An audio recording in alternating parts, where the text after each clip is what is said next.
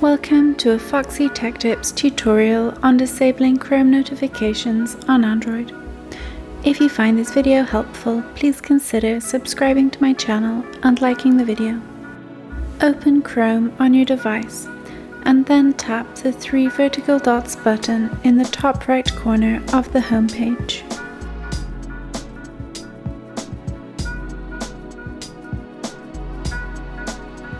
Scroll down the menu and select Settings.